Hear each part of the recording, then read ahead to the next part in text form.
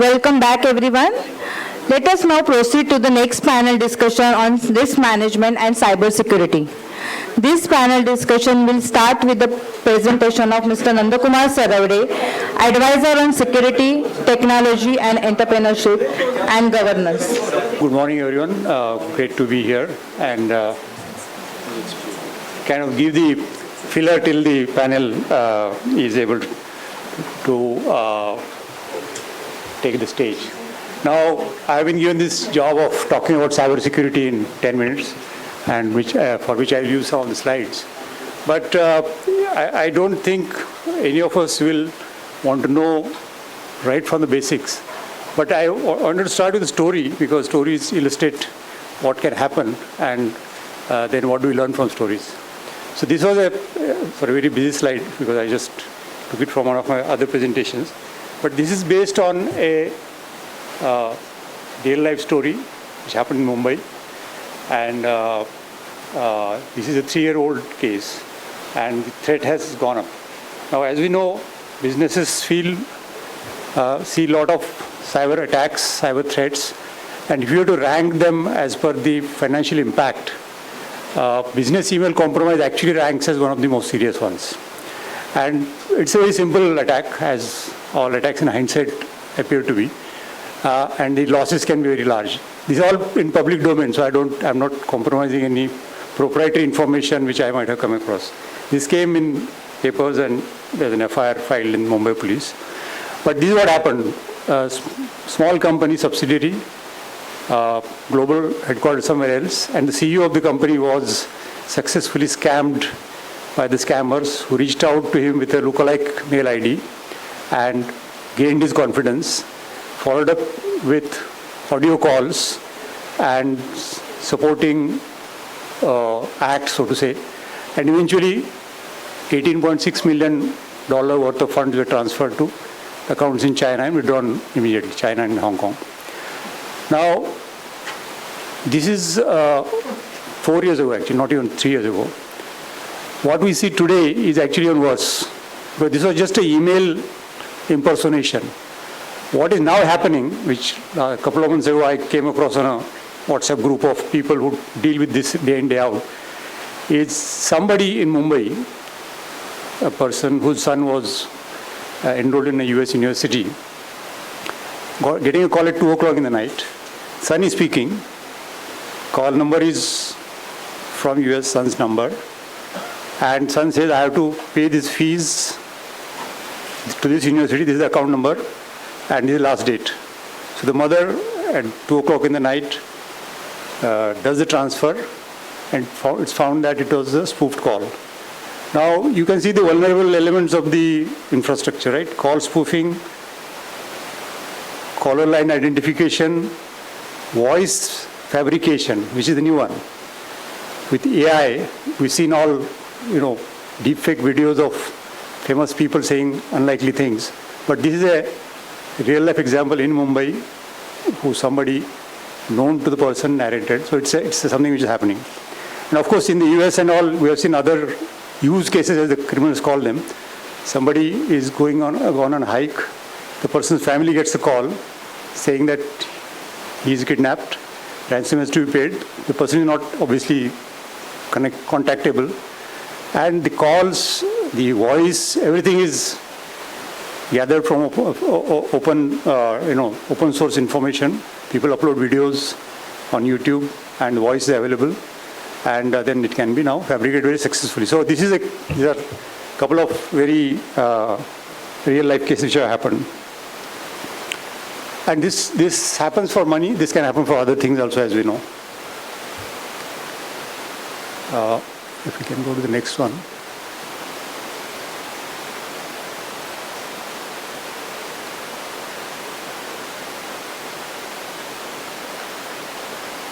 Can we move to the next slide, please? Okay, I think there's some background stuff about how digital is so important. Everybody is dealing with IT as the way business gets done. In fact, the IT people say that there's no business left anymore except running IT systems, because manufacturing, marketing, financial transactions, everything is running through IT. So there's no actual anything else left. But we know the background numbers, so we can go to the next one. I'm just painting the big picture because I think all the industries deal with these numbers in some way or the other. We are very happy with the way financial systems have scaled up in India. We're rightly proud of how these numbers are growing up, what the potential for financial inclusion and economic progress is there. And it is also visible in other areas, smart cities, a lot of investments government making, and there are components to that which are generating business for everyone. But all of these complex systems, interdependent, interconnected, have vulnerabilities which are not there in standalone systems because we are so dependent on the infrastructure which we take for granted. I mean, the tragic incident 2 days ago in the railway system was one. But a few days ago there was another incident which I don't know whether you noticed or not. Mumbai was imposed 10% water cut because a water tunnel which brings water from the reservoirs to the treatment plants was breached by somebody trying to dig a bore well. And it was against the rules, the MIDC area. You cannot dig bore wells there. Somebody thought that they can get away with it. They punctured the tunnel and then it started leaking, obviously. And so this, you can see how things are connected and interconnected and how dependent we are on these complex systems anymore.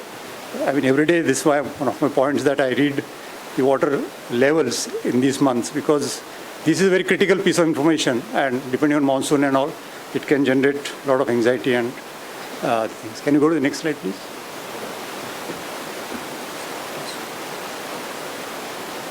Okay, this one. Oh, thank you. So, sorry about the unknown technology here.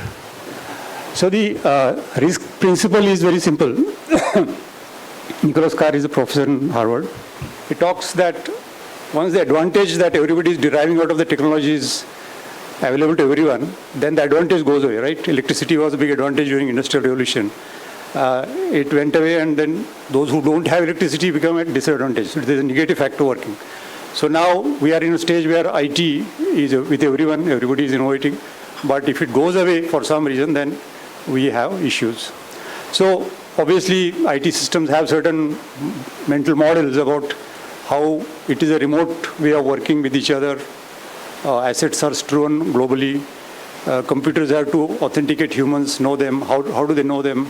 And so on and so forth. But I think this is important part for everyone, that what is at stake?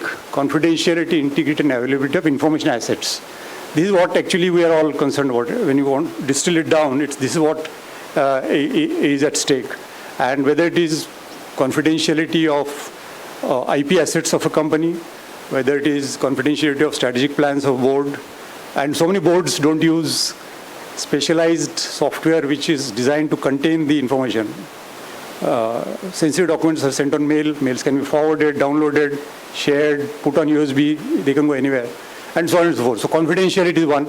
Integrity, bank transactions, money designed to go to one person goes to another person, the transaction is modified.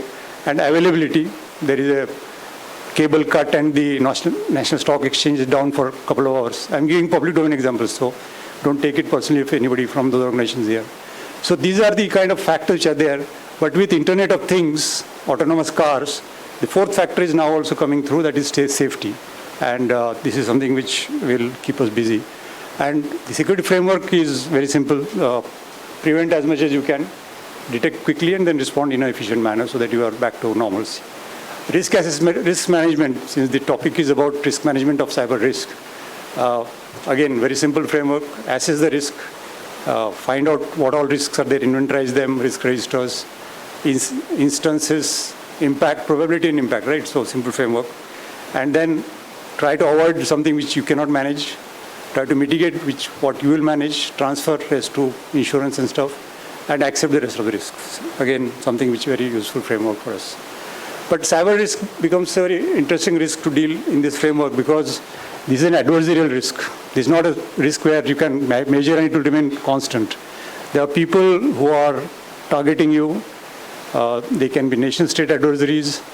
I mean, there's so many examples of bids submitted by Indian companies being undercut by just hacks which have been put in their systems, Chinese companies winning, and so on and so forth. These kind of things happen because adversaries are there, and these adversaries are very well equipped. They talk to each other, they collaborate, they train each other. Nation state, of course, is a very different ball of kettle of fish or whatever. And then the attacks are increasing because they are becoming automated. Everything which works for IT works for the attacks also. It is adaptive and dynamic. So risk assessment becomes very difficult because it is constantly changing. And nobody is talking and submitting very real numbers to their central regulator, right? It is people hide. Even in an organization, the IT people hide it from the management. Management has interest in not showing it to the exchange. The regulators are wanting to know, but they also don't share with other regulated entities in the sector so that everybody learns. So there is a lot of underreporting which is happening. There are attribution challenges. So if somebody is identified as a bad actor, it's very difficult that a bad actor will come to grief because the law enforcement process or the penalties are not reachable. And actually the real costs are much beyond what is directly visible. And there's a very long life cycle that they may have, legal costs and remediation costs, loss of business and so on. And cybercrime, of course, this is a more police point of view, but again, victims and perpetrators used to be in close proximity earlier. Now they don't have to be. Parallel crime is happening. Simultaneously, thousands of attacks can take place. And we have jurisdictional arbitrage. People sit in one place and operate in other territories. And nobody has the time or budget to go from Mumbai to Jamtara and arrest everybody there who is attacking people in Mumbai, etc. So there are a lot of issues which are in the ecosystem, and these are being leveraged by attackers. But now that we have identified what is wrong and what can go wrong, we have to look at how to deal with this, because at the end of the day, business has to go on. We have to make what is possible. So this is a very famous framework which is used by most organizations nowadays. I talked about protect, detect, respond. It is expanded to include identify and also recover. This is a very popular framework, and it is also getting expanded as we speak. This is a very good framework to understand cyber risk and then do something about it.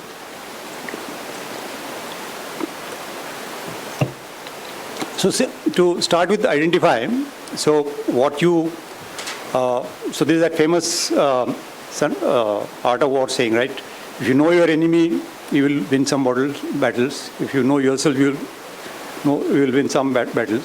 But to win the war, you have to know both yourself and the enemy. And to know yourself, you have to look at the identify pillar. Look at what assets you have. Sometimes organizations have no clue how many devices they have, what system they are running, what is their shadow IT, how much is stuff in the cloud. There's no unified single picture, and it starts from their asset management. And of course, there is a very well developed, standardized kind of way of looking at all these elements. And it needs, obviously, people who are specialized in that particular domain to run it. It's not that you can just give it to somebody and it will be run. But this is a very useful framework, and obviously the usual model within an organization's governance structure also is helpful. The first line of defense is actually where the controls are designed, cited, and operated. And obviously specialized teams will be in the second line of defense. Internal audit will also need to have information security capabilities now, as it is found in most financial organizations now. Internal audit teams have excellent resources who will challenge the second line and the first line. So this is the three lines model which is working. I hope this video runs.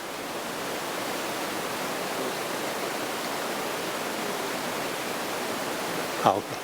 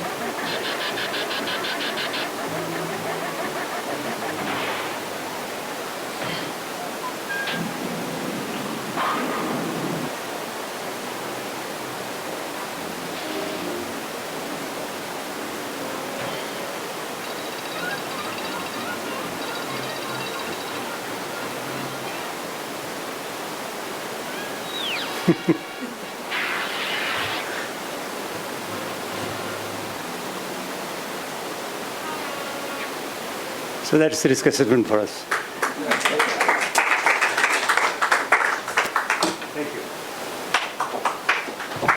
Thank you, Nandkumar Saravade, sir. I request you to stay back on the dais, and I request other panel members to come on the dais. Our moderator, Ms. Savithri Parekh, Chairperson, Governance Committee, Bombay Chamber, and Company Secretary and Compliance Officer, Reliance Industries Limited.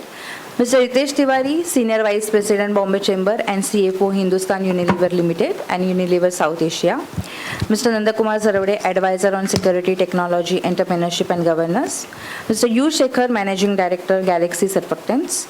And Ms. Mini Gupta, Senior Cybersecurity and Privacy Partner, ENY. I request Ms. Savithri Parekh to take over. Over to you, ma'am. Thank you very much, Aneha. A very good morning to all the participants here and the other participants who are attending this session online. Thank you to my panelists who have spared the time to be here for the session. And Dr. Saravade, that was a wonderful presentation, and especially the one on Tom and Jerry. I'm sure all the participants enjoyed it thoroughly. And the one on risk evaluation and analysis is something which is going to stay with all of us. Poor cybersecurity has been the cause of several business failures, and it's a major business threat.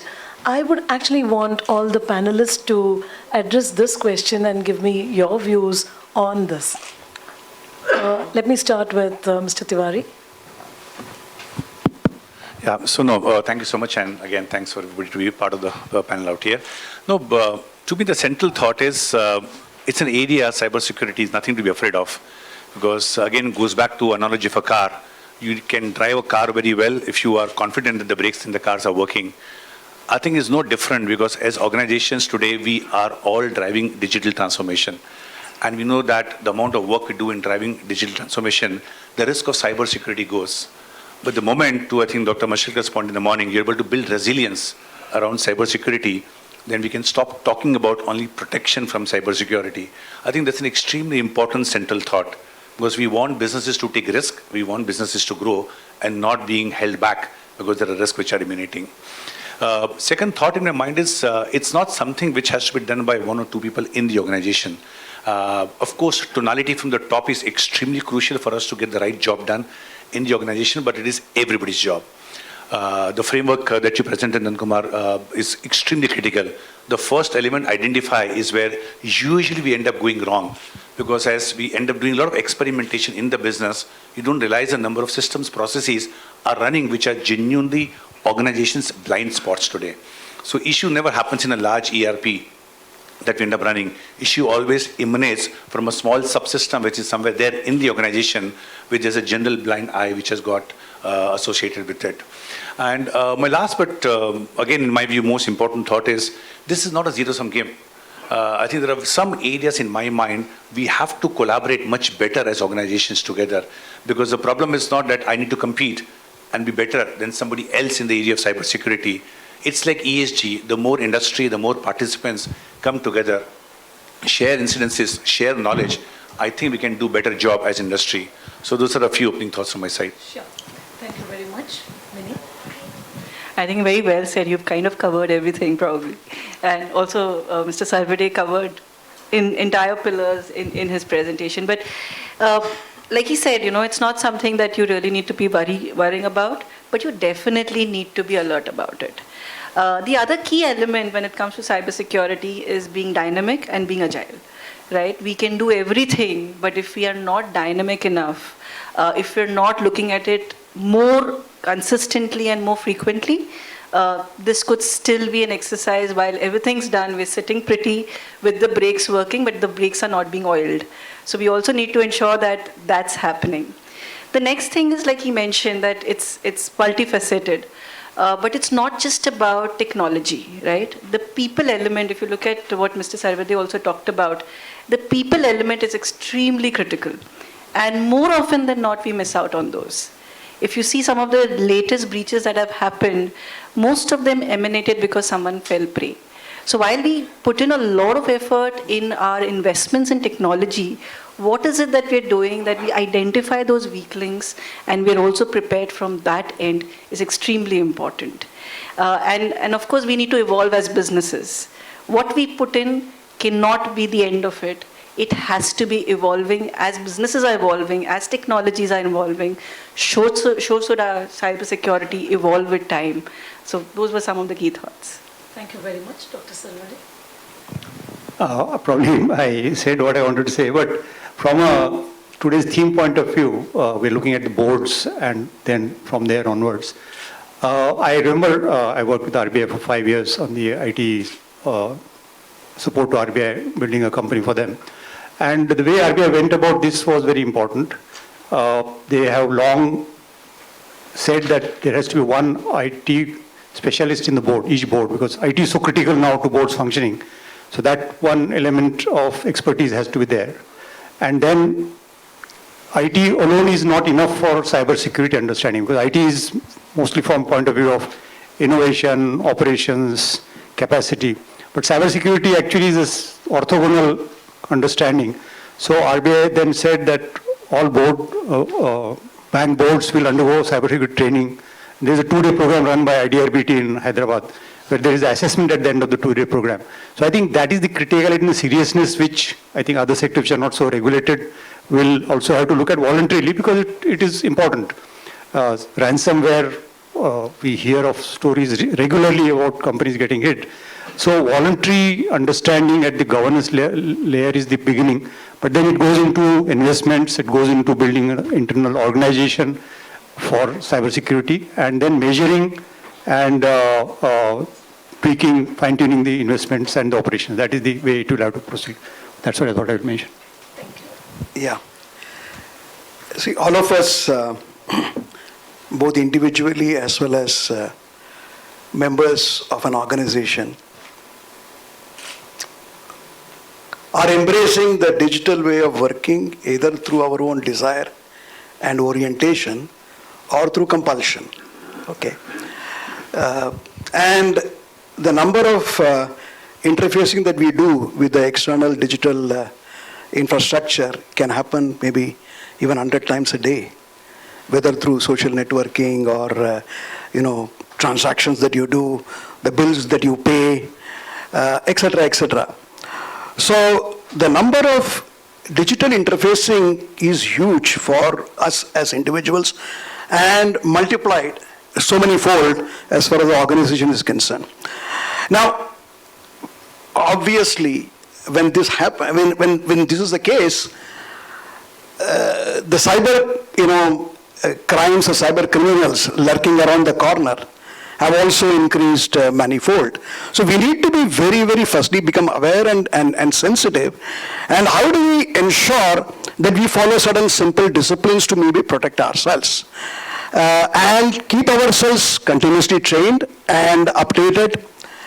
So whether it is following a good password discipline, or checking ourselves before responding or clicking to any messages that comes over us, because most of the attacks come through in these simple or elementary ways, and a small mistake that you make can result in significant amount of consequences and possibly maybe even disasters. So the way we are able to train ourselves very consciously can ensure that in this increasingly digital world, how are we able to protect ourselves? So the chances of attack are huge, the probability is huge. But if we need to protect ourselves, we need to follow a certain way of working or a certain way of disciplining ourselves. Yeah. Sure. Thank you very much. In fact, RBI has given a statement to the House panel that the number of attacks on banks have gone up in the last 1 year. And it is said that phishing accounts for 90% of the cyber attacks. Dr. Saravade, what does one do to ensure that you're protected from phishing attacks, or for that matter, ransomware also? In fact, just last week, the Swiss administration went public about the attack on the play group attack on Explain. where it's a ransomware attack which has happened, which actually has led to a lot of, this particular software was being used by several of the federal and the local Cantonese governments also, and even army data is said to have been, possibly there's a likelihood of it having been compromised. How do you respond to this, and how does an organization protect itself from phishing attacks? I think that number you said is very important. Phishing by far is the primary way in which attackers enter a system.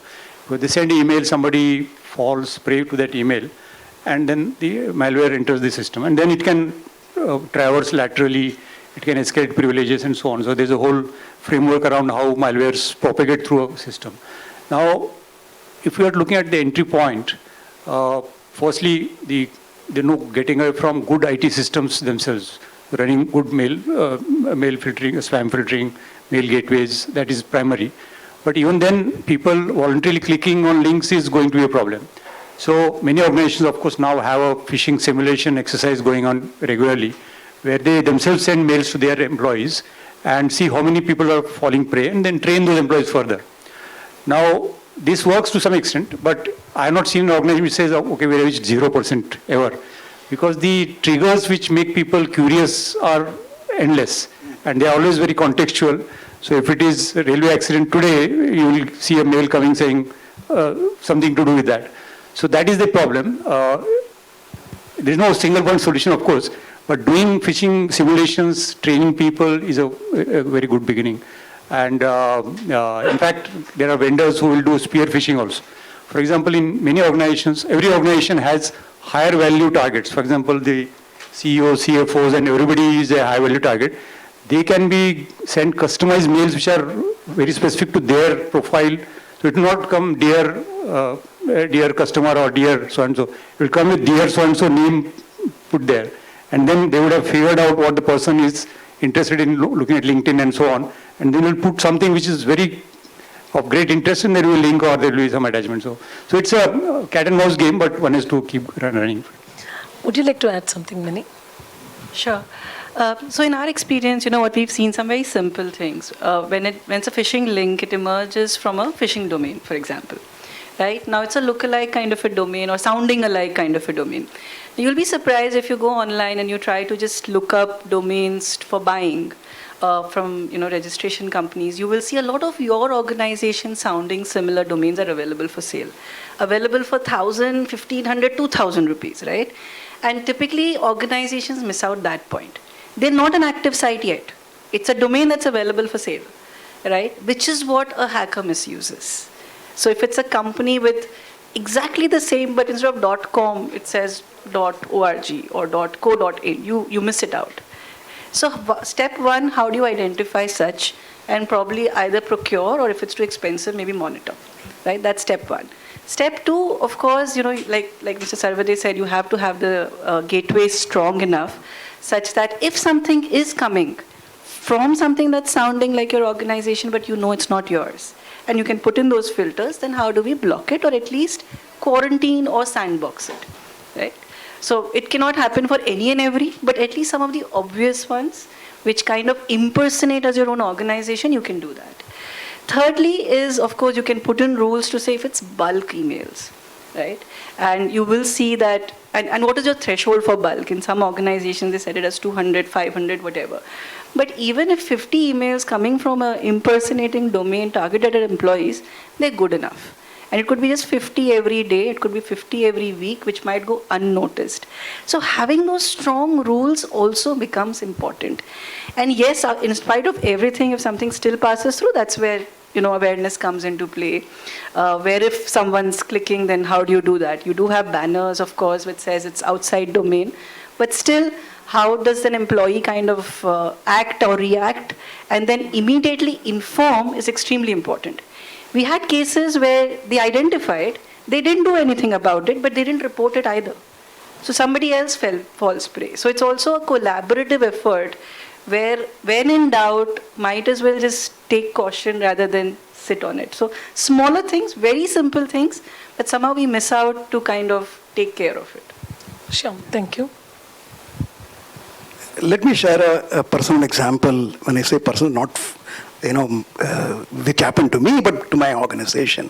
And I'm sure you would identify maybe this could have happened in your organization too. So this is again a phishing attack which came to an individual, and normally it comes to people who are pretty intelligent, who would normally act with a lot of thought and discretion. And this particular event, prolonged over a period of almost about a month. The organization lost a significant amount of money. I mean, this was an impersonating a customer, a global customer.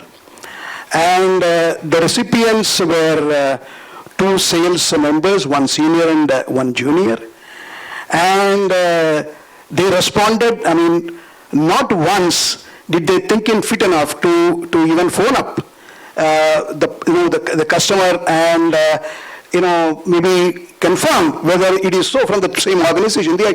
There's a lot of assumptions, and number two,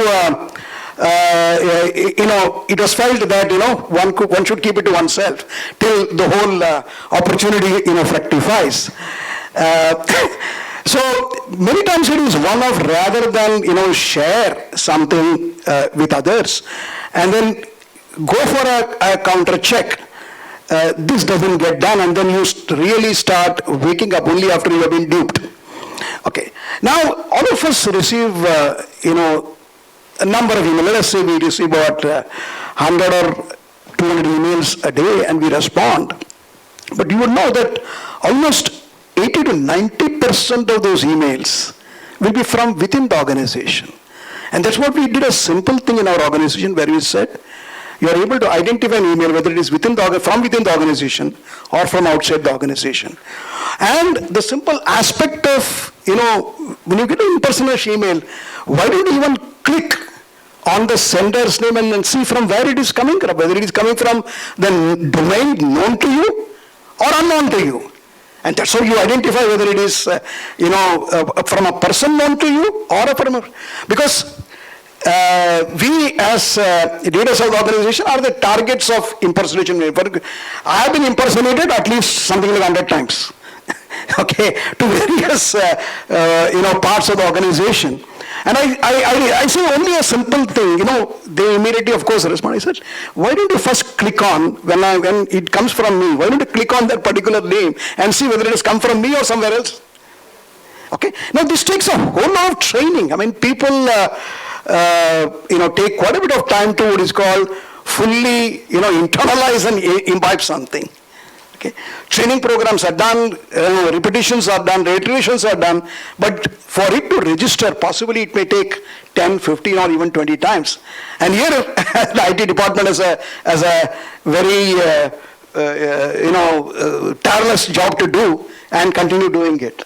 Sure. Thank you. That brings me to the next question. Is cybersecurity a problem of the IT head? How exactly do organizations view this? And let's hear the comments. Ritesh? Yeah, I think it's a very important question, and I genuinely believe that the training from boardroom to classroom, everybody needs to get exposed to as part of the learning in colleges and school, because cybersecurity is not only for corporates, it's for everybody in their personal life as well. And I'll quote an example. So I got an email from my son's school as we're getting admission in UK, and that email said XYZ. And the incident which happened was one of the parent who got the child just admitted in the school, got the invoice to pay, which the parent was about to pay in a week or so. And the school sent an email that we have a scheme running in. You can get a 20% off if you pay within this period for the whole year. So calculation says it's in GBP pound, hard currency, 20% discount for paying in advance for the full year. Sounds a good deal. And luckily, this parent did not pay the money and smelled something odd. He said, very unusual of a school to write an email like this. And the person checked, it's from the same school ID and the same lady whom he was interacting with for the last few weeks of having a conversation about invoice, admission process, etc. The school says, please don't act. It's not come from us. We will investigate. And Minnie, to your point earlier, the difference was not .com, but .co.uk. Everything else was similar. So the person read the first name, second name, school name, and that code.uk and says it's the right thing to do. But somewhere there's a sixth sense that prevailed in this situation that sounds uncomfortable, and person just called up and of course then reported incident. And apparently all the 15 to 18 parents who had admitted their children in the school, including my son who's going to go there, all of us had got an email. In my case, of course, it went to junk email. I did not even see it. But in their case, he happened to have a look at it. But just the risk which has happened, and ultimately found out that the email account of the person who's the school admin for invoicing of the school fees was hacked. So the hacker knew entire chain of conversation. And hence email was so personal. Mr. XYZ, your admission in fees, we send it to you. And a continuation, it's very difficult to figure out. So hence, just going back to your question, Savithri, I think the sixth sense is very important. And hence, training is extremely crucial to colleagues beyond IT. Because once an attack happens, of course, IT colleagues will get involved. Or, of course, proactively building a resilience of IT infrastructure, IT colleagues can happen. But the point that the data which was quoted, that 90% attack starts with a phishing email and somebody clicking something inappropriate. And the statistics is very scary. The average, again, which I read in a pretty credible survey, 7 to 9% is the click rate. Right. Yeah, so for every 100 phishing emails sent, 7 to 9% people click because something is interesting in it or they found a prey to it, which is a very high risk. And the global benchmark again says 3 to 5%, which means you will always be exposed to. But the reduction from whatever 9, 10 to 3 to 5 is a humongous amount of de-burdening to our IT colleagues who are doing the job. And then going back to the IT systems and colleagues, I believe this is also the time we will have to invest as an organization because some amount of money invested in IT capability can go a long way. The point I made earlier of building an IT cybersecurity resilience rather than only protection. Because once the attack has happened, then of course amount of money which gets spent to unwind and undo things and the amount of business loss which happens is pretty substantial. So then how do we ensure that we're able to lean in and build that infrastructure by right amount of resourcing and expertise in the team? But the job of cybersecurity in my mind, as I mentioned earlier, far beyond only the core IT team. And just to add, we're talking about the board. The previous session was about the board. It actually, if you see, cybersecurity is one of the top 10 agenda, in fact, top 5 agenda in most boards now. Absolutely. So it's no longer IT. And we've seen board meetings, we've been part of board meetings where the CEO is actually giving that assurance or some kind of comfort on how and what they're doing in cybersecurity. So that's the kind of focus that it really needs. The other element which is extremely critical across business functions are the third parties that they deal with. We've had cases where some functions, say a marketing department has picked up a software for some analytics, and that had malwares, right? That kind of gave way. So it's not just IT in-house, but as business people, as business POCs, we interact with various touch points that could act as a gateway into our organization. I mean, we all know about the Target attack, what happened, right? It was an AC vendor, an HVAC vendor through which Target got breached. So as businesses, every function has to look at it from that perspective. We've been talking about privacy by design ever since GDPR came in. It has to be security by design as well. Anything and everything that we do across functions, we have to be cognitive about it. Yeah. In your presentation, Dr. Saravade, you mentioned about risk management as a second line of defense. And of course, Tom and Jerry also checking the strength of the rope. How do organizations measure their preparedness?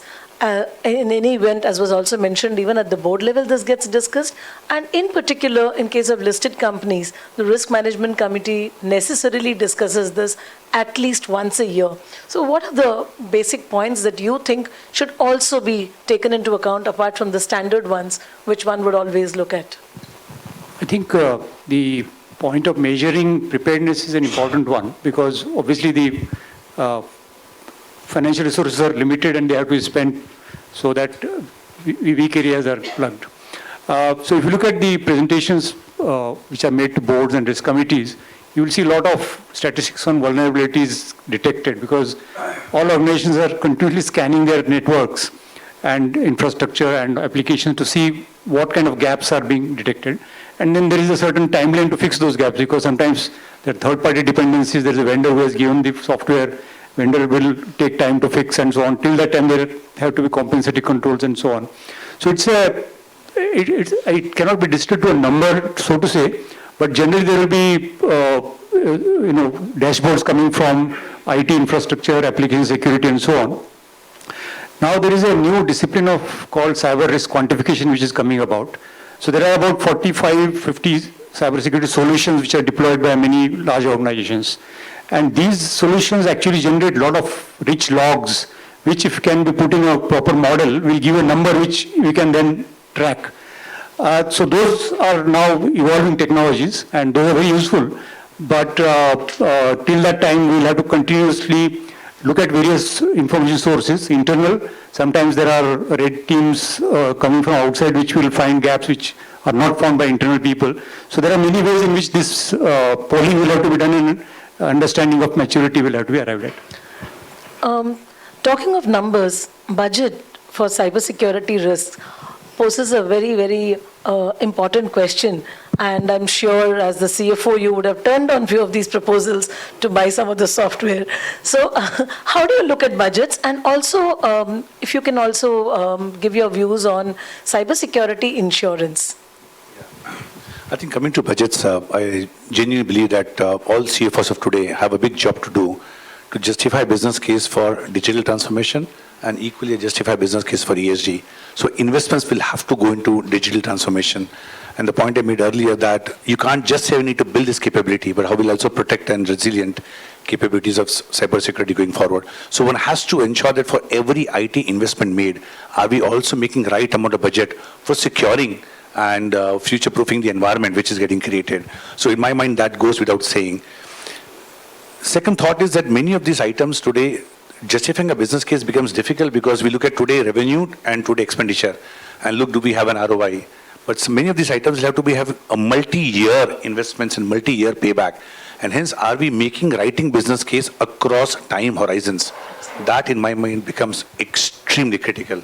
If that gets compromised and not well understood, we're only investing for today and not building for tomorrow. I think those are two, in my mind, from a financial perspective, when it comes, are the typical puts and takes before I end up doing it. And it's also not the job, in my mind, of always financing yes or no to an investment.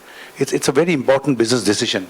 And the point we spoke earlier that today the board reviews at length cybersecurity landscape and investment and what are the jobs which are done or not done. And equally important, if there are large amount of disconnects in terms of strategic disconnects of investments, important, I'm saying, have right conversation in the room rather than not talking about it. Point that Mini mentioned many times, we don't talk about things which are at risk, and that becomes ultimately a problem going forward. One of the things we don't talk about is what does an organization do if it gets attacked? Mini, you would have handled few such instances. Your views, please. Firstly, of course, don't panic, because that makes us do the wrong things. Now, an important thing that we miss out, if you're attacked, we say call the security guy, call the IT guy, see what can be done. But it starts off with your PR as well. Your communication plan is extremely important. If the news, reporter calls you, what do you say? You've been attacked, you've been breached, you've been compromised. These words also are important because they can actually make a difference to your market cap. What do you say internally? Would you want your employees to know from the newspaper article, or would you want to be the first one to inform them as well? So first and foremost, of course, it means you need to be prepared. You can't do all of this in real time. You need to have that resilient plan, the cyber crisis plan per se, that you should have. But keep component, of course, even if there are things that are missing. What should your communication be before reaching out to anybody? Huddle up internally to say, what will you communicate? That's one. Second, simple things, right? I mean, if it's a ransomware, typically what you do, you basically shut down the machine. Never, ever shut down a machine that's been compromised. Take it off the network, for sure.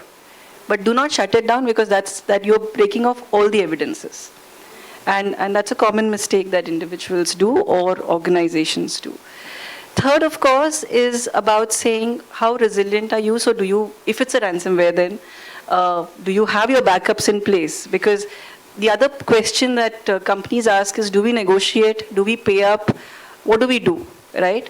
There are organizations who have paid up, but still the data has been leaked, right? So you also, it's probably a chicken and egg kind of a situation, but more often than not, in our experience, we've seen if you're held at ransom, if you pay up for the first time around, either the demand increases or your data is still sold off, right?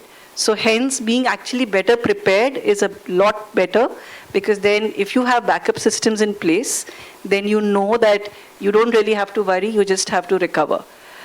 A mistake that people do is the backups also get encrypted, because they're connected, right? It's a real-time backup, this one's getting encrypted, the backup goes to the offsite, that also gets encrypted. So how do you ensure that even if you have a backup plan, it is resilient from something like a ransomware? Small things, we say, oh, we have all the backups. When they went to recover, that was also encrypted, right? So simple things, but again, practice is very important. You may have all the paper documents, everything is in place, but if you haven't practiced, we've again had those situations where they just fell off. The communication was all over the place. They could not recover the systems. The malware actually spread a lot more. Data kept getting compromised again and again because they had not ever rehearsed the plan, right? So no tabletop, no actual exercise. So do we also do that? But post facto, keep your cool, ensure that the communication is proper, ensure that the right teams or the expertise are brought in from your tech teams or your security teams or the otherwise, so that your impact is contained, right? Getting breached today is not an issue, right? Organizations do get breached. One, are you able to detect it and contain it in time is extremely important, and are you then able to respond and recover is also extremely important, right? So that would be my 2 bits on the post facto. Thank you very much. In fact, the consultation paper on Regulation 30 of listing regulations, and this change is going to happen very soon once the notification is passed by SEBI, cybersecurity incidents will also have to be reported in the corporate governance report on a quarterly basis. I have several more questions, but maybe we could take 1 or 2 questions from the audience. Yes, please. There's one, I would say, incidents I think was not discussed. In our case, what happened? We export and import also a lot of transactions we have, and also we have a German joint venture which whom also we interact. So the export guy, his email ID got hacked, and an email went from him to one of the customers in Canada, regular customers in Canada, asking to make the payment not in our Indian account but in a Spanish account, and it went from his email ID, not .co, .in, from exactly .com, and nobody knew. So that phase was, that's a phase where nobody knows. We don't know that we are hacked, and the email has gone to the customer in Canada. Luckily, that person was a friend of the promoter, and he called the promoter and asked that, have you opened a branch in Spain? So he said, no, what happened? Then he forwarded the email, and we came to know about it.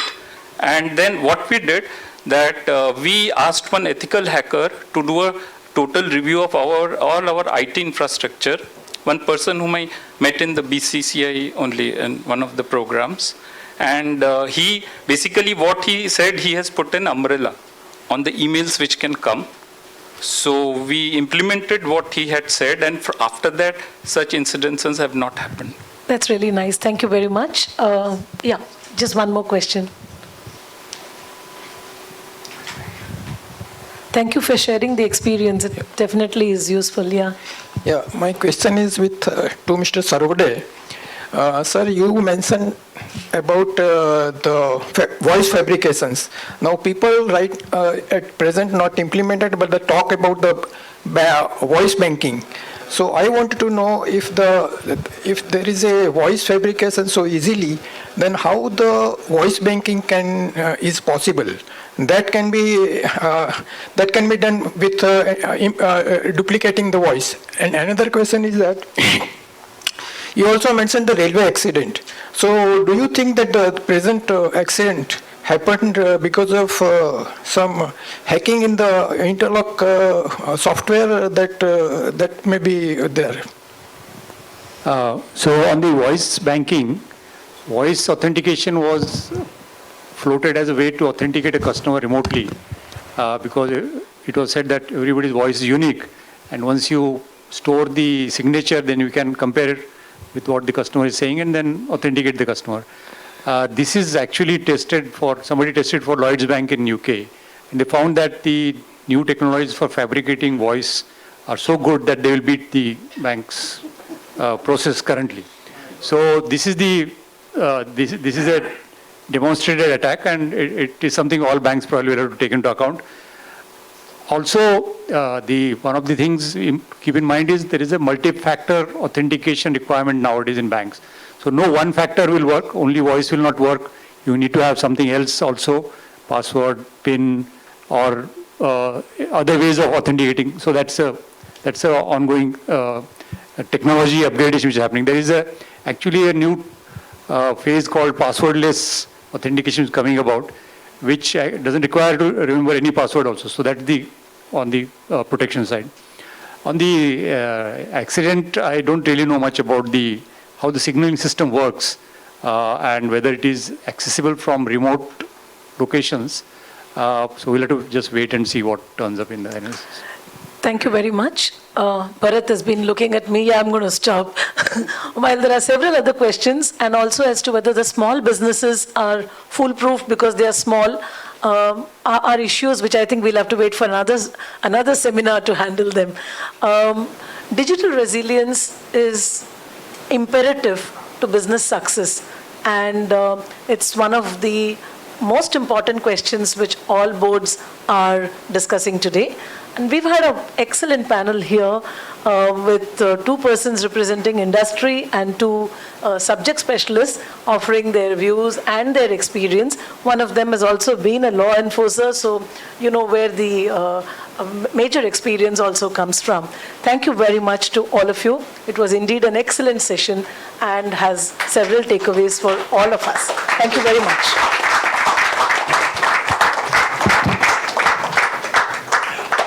I would like to thank our speakers for thought-provoking deliberations at the panel discussion. Now I request Mr. Nilesh Shah to present a memento to our speakers. To Mr. Ritesh Tiwari.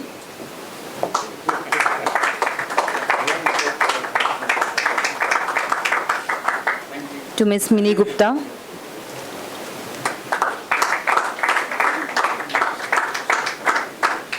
Mr. Nandkumar Saravade.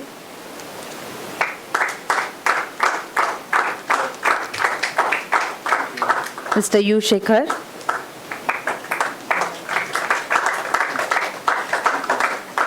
And Ms. Savithri Parekh.